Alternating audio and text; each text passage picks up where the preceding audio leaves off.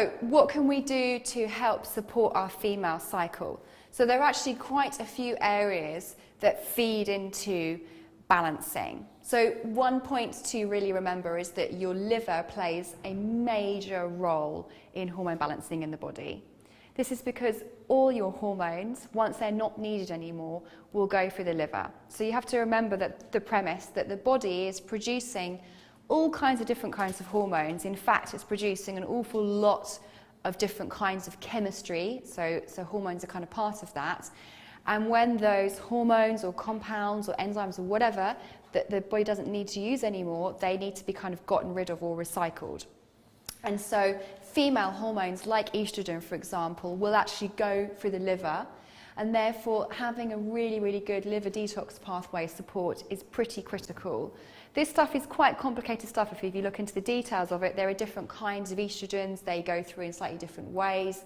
Estrogen has its own different kinds of pathways, and there are different aspects of liver detoxing that work on different aspects of that process. So if you're more interested in that area, it's worth looking into that in more detail, but it's quite complicated. The main thing we need to remember actually is that if you go back to looking at liver detoxing, you want to make sure that you have something called phase 2 liver detox working really well, because what happens in phase 2 is that it helps to make estrogens that have gone through phase 1 in the liver, so they go from phase 1 to phase 2, it actually makes them less harmful for the body. If you don't actually have good, nice, clean running detox pathways in the liver, estrogens that go for the liver can be a little bit potentially damaging, and there can be problems kind of going on, which is another reason why you need to have a really good diet, getting in lots of good vitamins and minerals, because these vitamins and minerals play an extremely key role in those pathways, including certain kinds of herbs. So we have beautiful milk thistle here.